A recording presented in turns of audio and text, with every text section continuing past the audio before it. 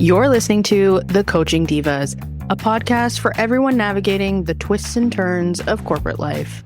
Follow along as we chat through common workplace situations and extend the coach approach to help you handle them with ease. We offer a cross-sectional view that spans generations, positions, workplaces, and lifestyles. We're your hosts, Claudia Jones, Daniela Velkovic, and Misha Jethba, and we are The Coaching Divas.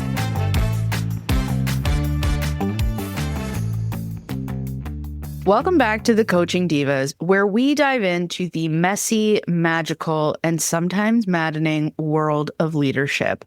Today, we're tackling a topic that hits a little too close to home, leading in crisis when you're struggling too. Because let's be honest, sometimes the storm isn't just outside your window, it's brewing inside your head and your heart. It's that paradox every leader dreads. You're expected to be the calm in the chaos, the rock everyone can lean on, when deep down, you're barely keeping it together yourself. It's like being the pilot of a turbulent flight when also dealing with your own fear of flying. How do you lead with strength and humanity when you don't have all the answers or the energy? Today, we'll explore strategies to stay grounded, keep your team inspired, and even find growth amid the struggle. Because leadership isn't about never faltering. It's about showing up, especially when it's the hardest. Let's get into it. Yikes, this is a tough one. It really is. And sometimes just don't realize how much you're struggling until you come out the other side. Oh, yeah. Yeah. I was reflecting on us preparing for this chat. My first thing is it comes up is some actual experiences I've had. And I think maybe we could start there. So years ago, I worked for a software company and I was a team lead of a number of, consultants. And there was a large client that we wanted to save, or the company wanted to save, because it was a high profile client. And they were, I'll use the expression, really upset with us because the software didn't deliver what they were promised or not promised. And basically, they tried to mobilize a bunch of us to work on this business problem, which, okay, sounds like a great idea, right? Rah, rah, you're going to get behind. President's at the table. Everyone is, we are being relied on. Problem is, we were working till 2, 3 a.m. As developers were creating fixes and deploying it. The rest of us were there testing it and helping the core QA team actually run what they need to run, and then running our own extensions. For those of you that haven't worked in the software world, there is a lot of that cycle that it happens. Now it's much different because we have different tools, but back then you had to physically go in and test. On a personal level, I was actually going through a real family crisis. My father had just been diagnosed with cancer in that same time frame.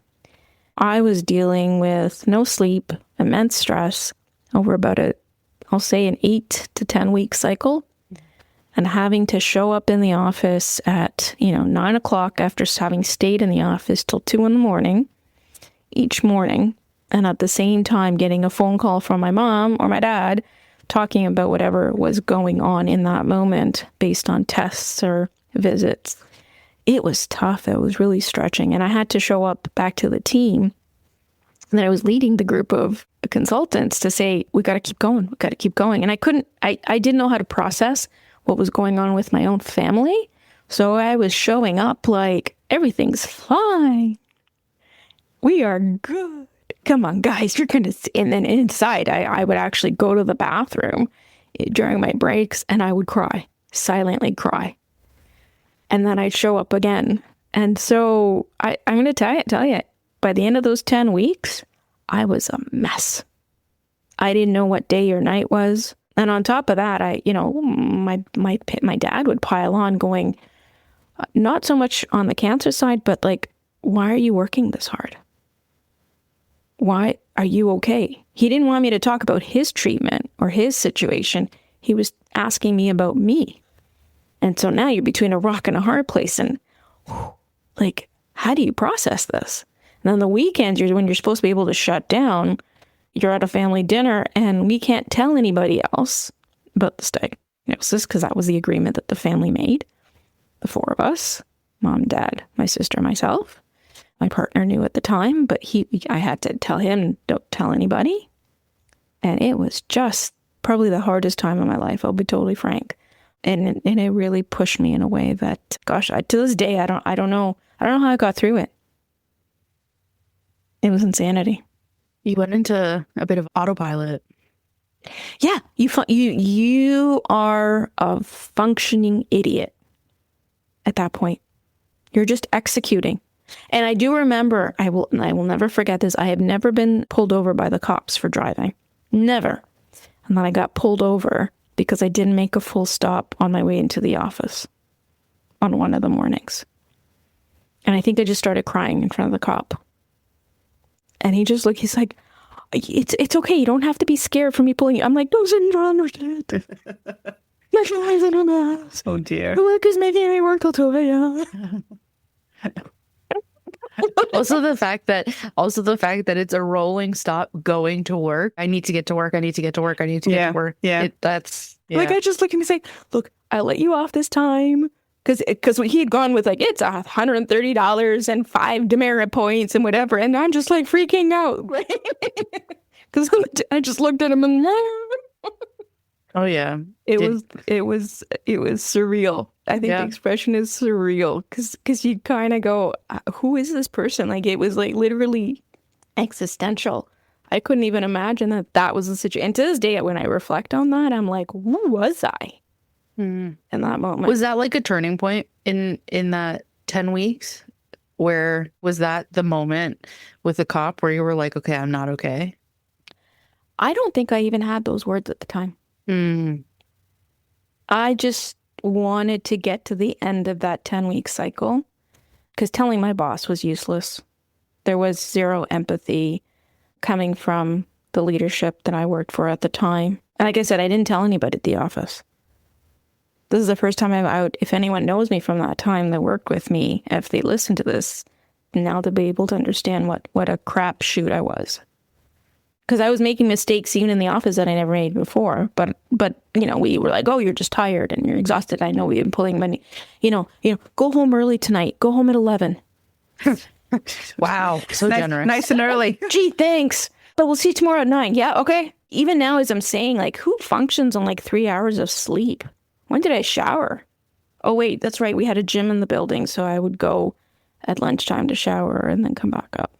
It was like just crazy. I'll say it that way. Yeah.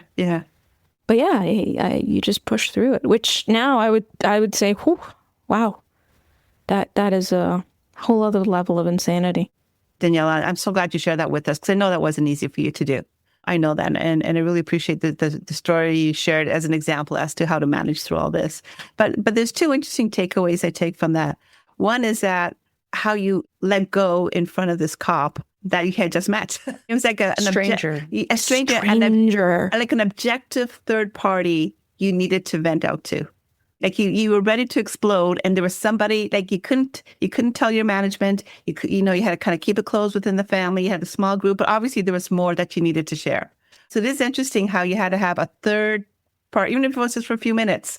You needed to let all this out. And I don't want to make this all about the coaching part of it, but again, a good example as to why maybe coaching is something that you need. And it's not an everyday thing, but maybe in these times of crisis, you need to have a third objective party to hear you out and let you know that, you know what, it's going to be okay.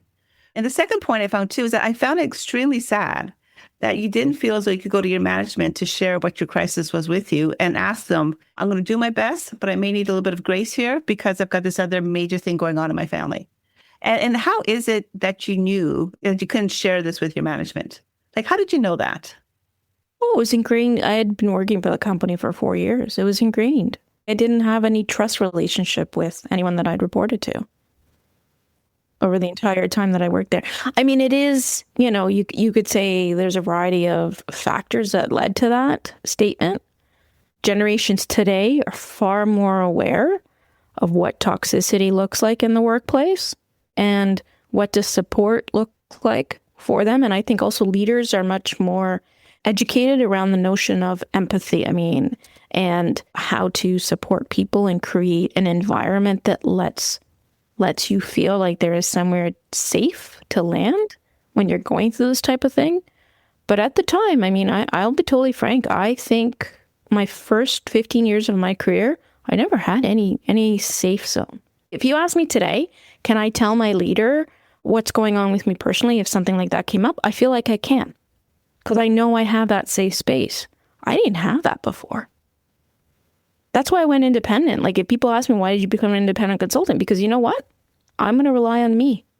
I'm going to trust me. I know what I need to do, and I know what kind of clients I want to work for. I don't want to work for these organizations where we're not creating and fostering an environment of support, because that was not discussed. Again, I'm going to say it was with every single corporate environment I worked in. And maybe someone might come back to me and say, well, that's because you never engaged and opened up. I'm like, no, the conversation wasn't around creating that space that you can trust in that way. It was just keep excelling, right? Keep delivering, keep exploring, keep driving, keep increasing the bottom line. Yeah, go, go, go. There was this notion of slowing down and caring, at least for me in my career, was not something that was there until I formally chose in 2011 to go independent. And then started exploring, what does that look like? Was this back in the Silicon Valley model of spend all your time at work? So we have masseuse coming to the office place so you could work harder. We'll take care of you. But really, they were just kind of putting a mask over a sweatshop in some ways, right? Was it that kind of time where it was expected you to spend all your time there? And don't worry, we'll take care of you here. If you need to have your dry clean done, we'll do that for you. If you need food, we'll bring food in for you. And they kind of forgot that people have a life outside of that work environment. I think that's a part of it. I also think there was a whole generation there where that soft power conversation we had last time was not even part of the conversation. It was about the bottom line and executing and delivering. And yeah, all of those niceties, like I'll call them the freebies and the t-shirts and the frisbees, the pens and the cool the swag, whatever you want to call it. Like, those were fun to get, right? Mm-hmm, mm-hmm. But at the end of the day, what was team building at the time? Let's all go to the bar and drink. Yeah. Let's all go and hang out and complain about work. I think that was team building. It wasn't really, can I say what I need to say and not be judged for it? Can I explore the uncomfortable space? I'm going through a personal crisis. Can I bring that into the office? Very seldom did I actually see that was, at least for me, that wasn't something that was fostered.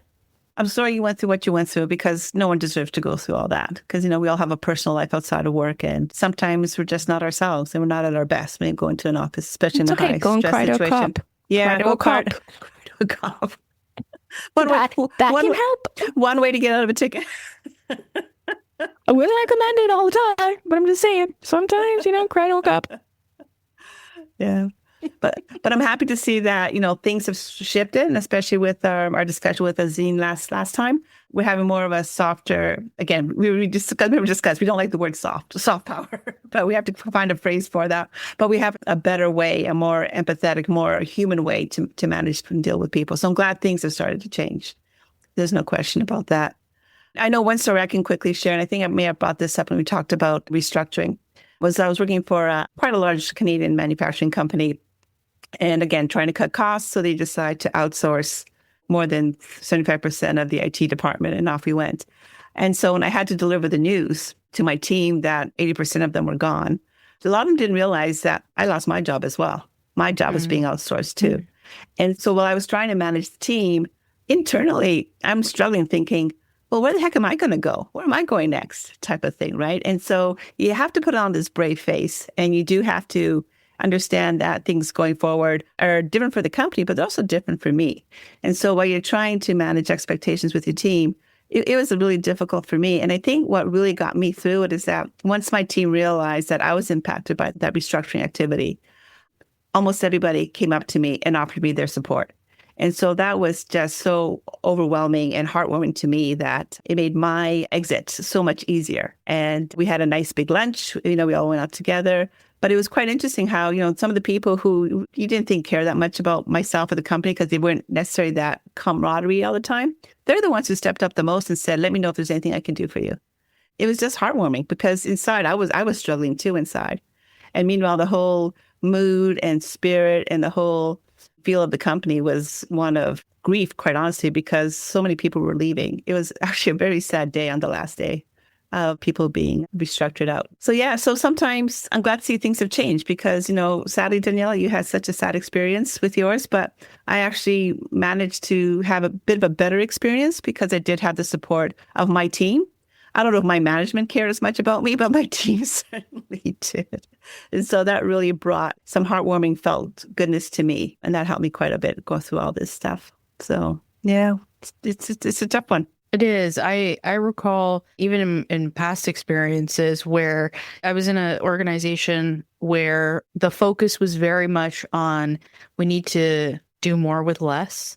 And as a leader, you're getting pushed to think more strategically, bring in things or ideas that will help, drive the bottom line and things like that. And you're meant to be leading through all of this. And below the surface, of course, I didn't realize this until I had left, but I was going through burnout. I was struggling. I was constantly exhausted. I had a loss of motivation. I had so much self-doubt. I leaned on coping mechanism. My comfort eating went through the roof. But you don't realize it I didn't realize it until I finally decided to leave. And what was interesting is I think about, it happened, it was probably, it went on for about 2 years, maybe 18 months. In that time frame, I became increasingly detached from the place, the work, but my immediate team, folks that reported into me and I was working with very closely every single day, slowly I started to open up to them. And it's because they were coming to me and saying, Misha, I feel I'm exhausted. I'm so drained. And it's hard to sit there and be like, okay, well, let's work through that and find ways to keep you. Until finally, one day, I didn't even plan it. Somebody had come to me. They said it. And I said, yeah, me too. And they were like, what? And I was like, I feel you. I know exactly how you feel. And then we had probably the most real conversation of, wait, so you feel this way too? What are you doing about it? And we just had like a two-way conversation. I mean, it didn't change the fact that either of us were feeling exhausted. It didn't change my burnout, but it introduced the concept that you're not alone and that you can have a support group sometimes at work. And it's interesting because it didn't click to me that I was burnt out until I left that job and went on to other things. But in reflecting back and also in hearing both of your stories, I think one of the big elements is if you feel like you're alone in your own crisis or in your own struggle, that's what I feel like as a leader makes it worse. And yes, it is about, okay, how do we find that third party, that objective outlet, that cop we can cry to? But it's also, I think, in us to sometimes control the inner dialogue. Because I think in any of these cases, depending on the type of person you are, you might have that inner dialogue that's saying, oh my God, nobody's going to understand me, so I'm not going to say anything. Or I can't tell these people because I have to look like I have it all together. It's twofold of remembering that you're never alone. You can seek support, but also not talking yourself out of seeking it. That's a very good point. Because so actually, when I'm thinking about my little story, it's not nearly I'm going to use the word tragic, Daniela. I'm sorry, but it's a bit of more of a tragic story. Yours is much more tragic than the one I had. But it's interesting to see. I really couldn't go to my manager and let him know how I felt. It was me going down to my team that I felt was more my support network. So sometimes you don't know where your support network is. Like you think maybe it's your management or maybe your peers, but sometimes it's the people that report into you.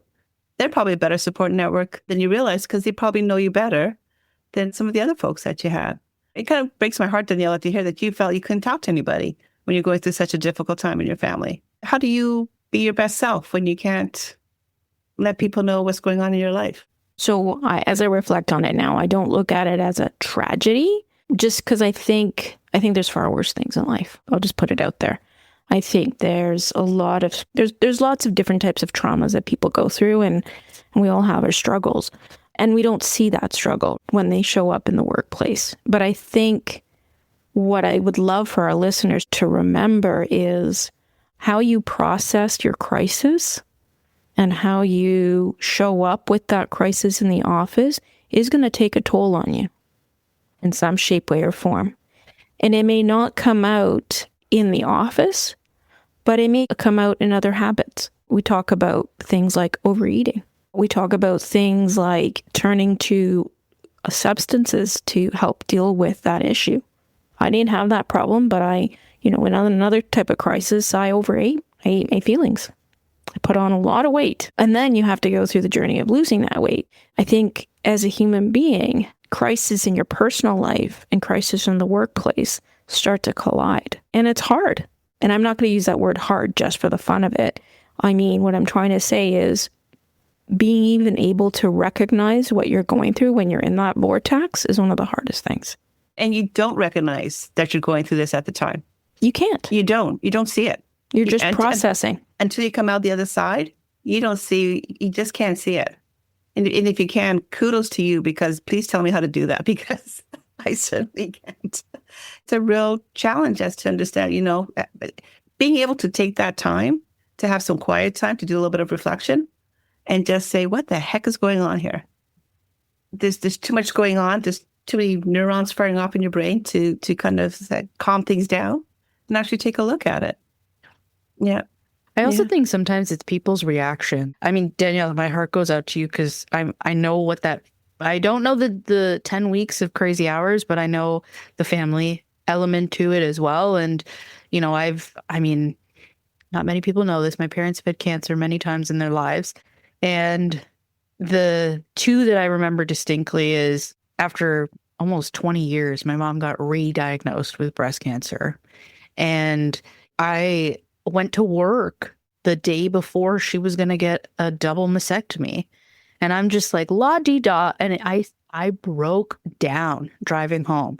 And I was literally driving to my parents' house. Okay. And it hit me when I finally, the day before, the evening before I'm driving home from work. And my mom's like, okay, can you just come home? I called her at that moment. She's like, can you just come home? I'm like freaking out that you're bawling your eyes out and you're on the highway. I'm like, okay. I mean, my dad got diagnosed with esophageal cancer and he went through an insane procedure and recovery with that. And it's not until I actually said to someone like, oh, like I'm having a bit of a hard time and this is why. And they're like, why are you here? Go home. Take a week off. What are you doing here? And it's that reaction that actually makes me be like, wait, what? Am I supposed to, should I be feeling differently than how I am? And it is. I think some of us are so wired to, I don't want to say not show like our personal side at work, but we're so wired to deliver and meet the needs of the responsibilities of our roles and all of that we almost, I wouldn't necessarily say I did it on purpose, but it's like subconsciously I put myself second. And so in doing that, I'm putting anything personal that's not work related second. And it's not until you tell someone and they're like, Misha, why are you here? That you're like, okay, wait, maybe I should be processing this differently.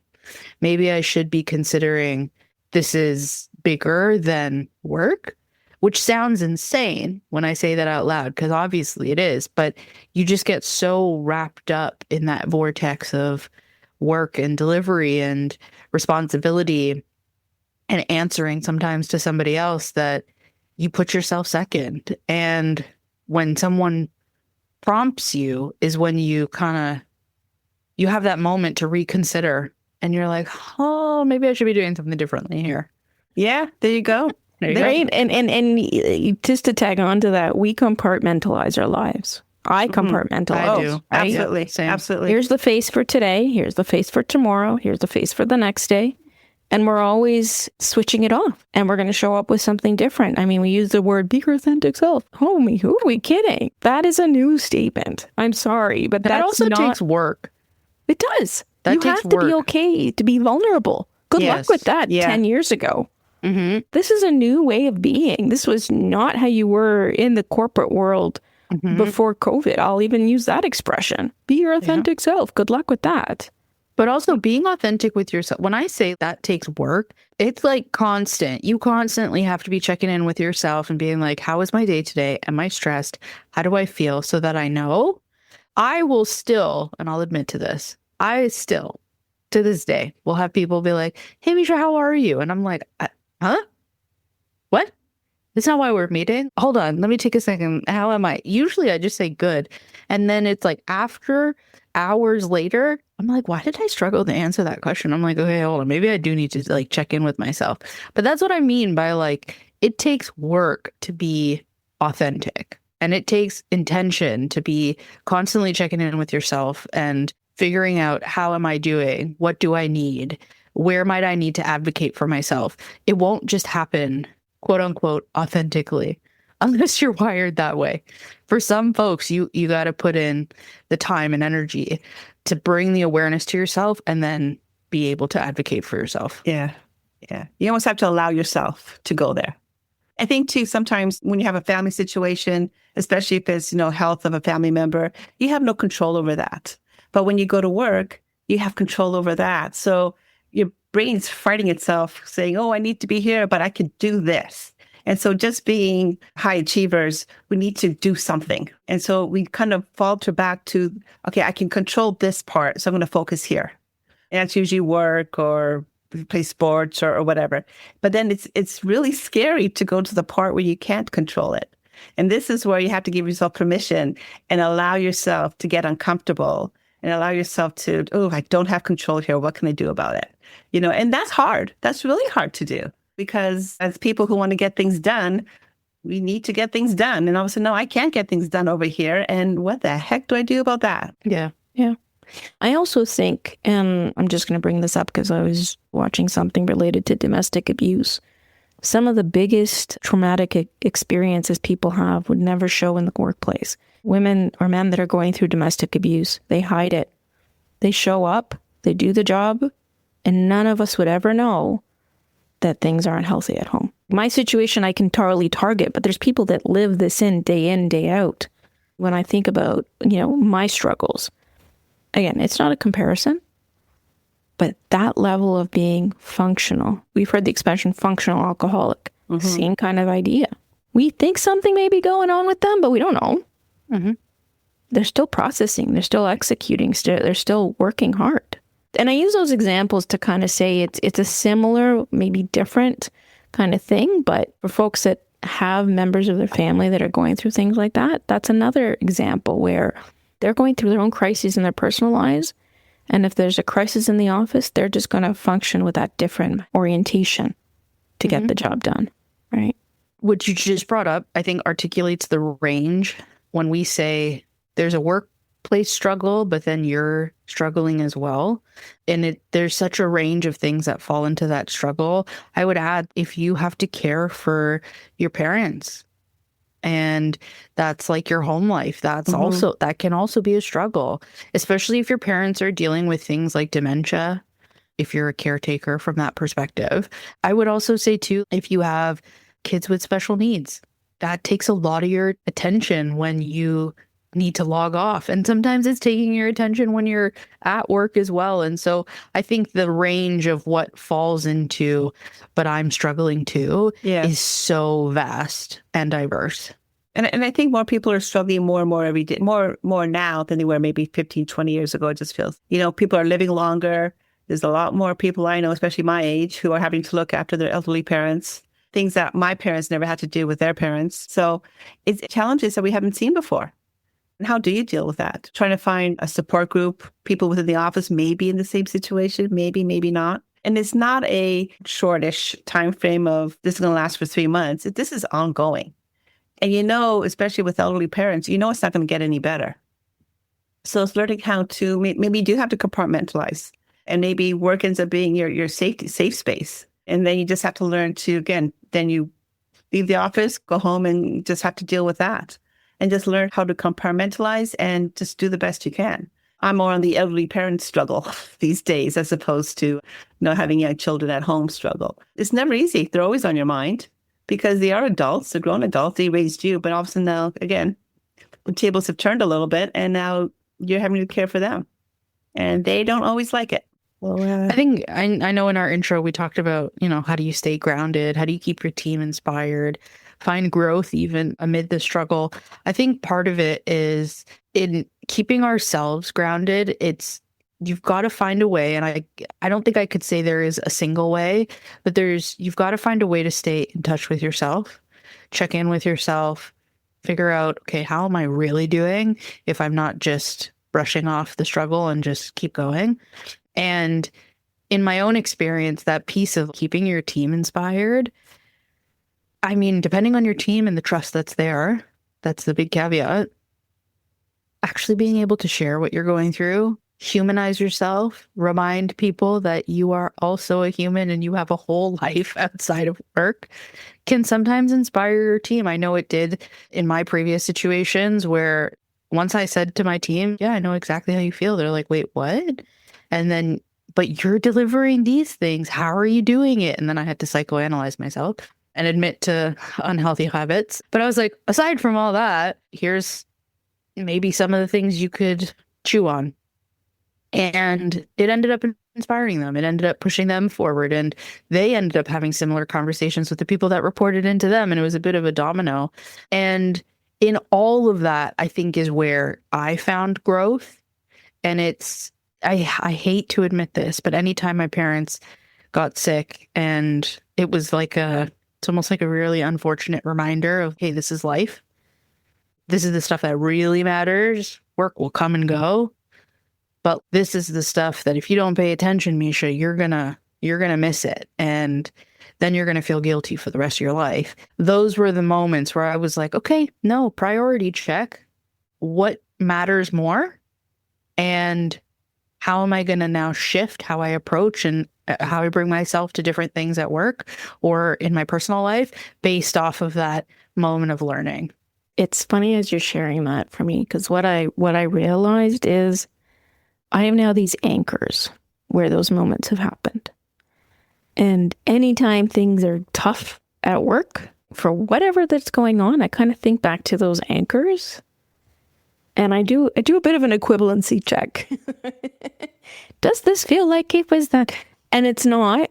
So it allows me to process this moment's crisis with that perspective. Going, I got through that. So where am I today? Is this really that bad?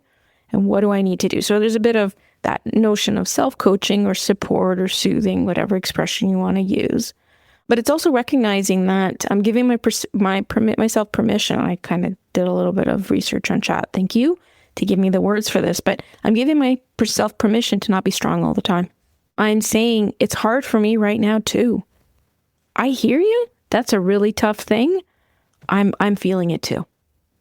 So I'm finding these words that's going to help, number one, loosen my own stress out loud to say, we're in the same kind of challenge together. We're not alone. What do we need to do to get through it? And the other one is steadiness matters. It doesn't need to be perfect. So if I could tell my, 20-something self back then, or actually it was more like 30-something self, early 30s, at the time, I would say, hey, slow down. Tell them that you need to leave at 10. You can't stay till 2. You are running ragged. Things are not good at home. You need that time. 10, damn, that's generous. And well, if you're staying till 2, this is what I would say, leave at 10, right? Because you want to, it's generous.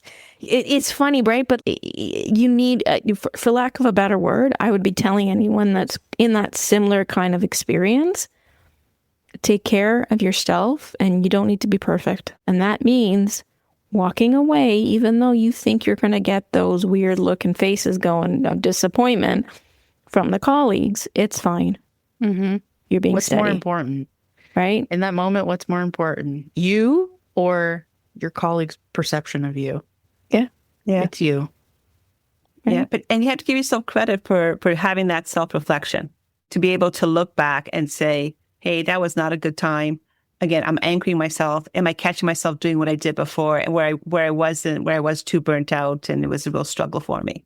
So that takes courage to be able to do that and to set, to your point, Daniela, set new boundaries for yourself and just say, you know what, this is not my priority. This other thing is my priority. So I'm going to make sure that's known. Yeah. I would also say celebrate it as a small act of resilience. Mm-hmm. Mm-hmm. And add it to your book. What were those things that happened? Where was I resilient? Now I'm going to take that energy and apply it to a future situation. Because let's be frank, life will be ups and downs, ebbs and flows. There will be another crisis in the office where you need to hunker down. What are you going to do when someone tells you got to do data entry? And you're going, oh, okay, all right, hunker down. Yeah, just adding to that toolbox. Okay, so Divas, we are shared a lot today. And Daniela, thank you for opening us up and being so courageous with your story, because I know that's a difficult story to share. Takeaways from today? I would almost just, everything we just said, it's all a takeaway. I think my biggest takeaway here is, correct me if I'm wrong, but I feel like this is a takeaway we've had in other episodes before, but it is this concept of being in tune to yourself and, dare I say, put yourself first, no matter what the work crisis is. Keep yourself aware of what you need at all times, and then speak up. Say it, articulate it, stand your ground. Because when you don't, and you just kind of let work take the wheel, you end up in places where personally you don't want to be. And it's not until you get there that you realize, oh crap, how did I get here? Why am I here? I don't like it here. To try and stop that from happening, I'd say the biggest takeaway I have is just the reminder to stay in touch with yourself and take action based on the things that you truly need. I think the takeaway I would offer is, I mean, we've shared tons of different perspectives on what resilience looks like. I'm going to lean in on the word crisis and say, if someone is perceiving something or sharing something to you as we're in a crisis in the office, my question to you is it really? And when you hear that word crisis, put that into words of what's really going on. Because if I had to put into words what was really going on, it was a crisis for the company to save that account. It wasn't a crisis for me. And I need to differentiate that statement. It's a crisis for the company that they're going through a bunch of cuts and they need to lay people off. Maybe the crisis for me is that I'm the one that's going to get laid off, perhaps. But for the company itself, they will use these terms, but at the end of the day, those are all things beyond your control. So how do you differentiate that and zero in on what you can control and recognize that what's happening to you internally may actually be the real crisis? Because ultimately, it can lead to things that you didn't intend. Huge weight gain, dependency on things that you didn't want, actually having a nervous breakdown, having to go into, medical care for whatever it is. You don't want to get there. So what are you going to do to help yourself in that moment? Differentiate what is actually the crisis. Yeah, and I think for me, fantastic points, both of you. One thing I would add to that is that the biggest struggle we have is when we feel we need to keep this to ourselves and not share with trusted network or trusted confidants. Because when you feel alone, you feel very alone and you don't know how to resolve things. Sometimes by having a trusted network around you, just knowing that you're not alone and that you do have people to lean on, even if it's a cop that pulls you over, having that objective individual just to listen to you does wonders. And your mind doesn't spiral and go out of control. And then you end up going to these other methods of trying to relieve the tension that's going on inside your head. So yeah, get a strong network around you and have that confidant. If you're not comfortable with a strong network, have that confidant that you can always go to and just have someone who can listen to you. It does wonders for you. Thanks for listening to The Coaching Divas. If you've enjoyed this episode, leave us a review and follow us on Instagram at The Coaching Divas. Your ratings and reviews help more people like you find our podcast. Don't forget to subscribe and share this episode with someone you think would love it. Until next time, we are Claudia Jones, Daniela Velkovic, and Misha Jethba, The Coaching Divas. If you're going to coach, might as well coach like a diva.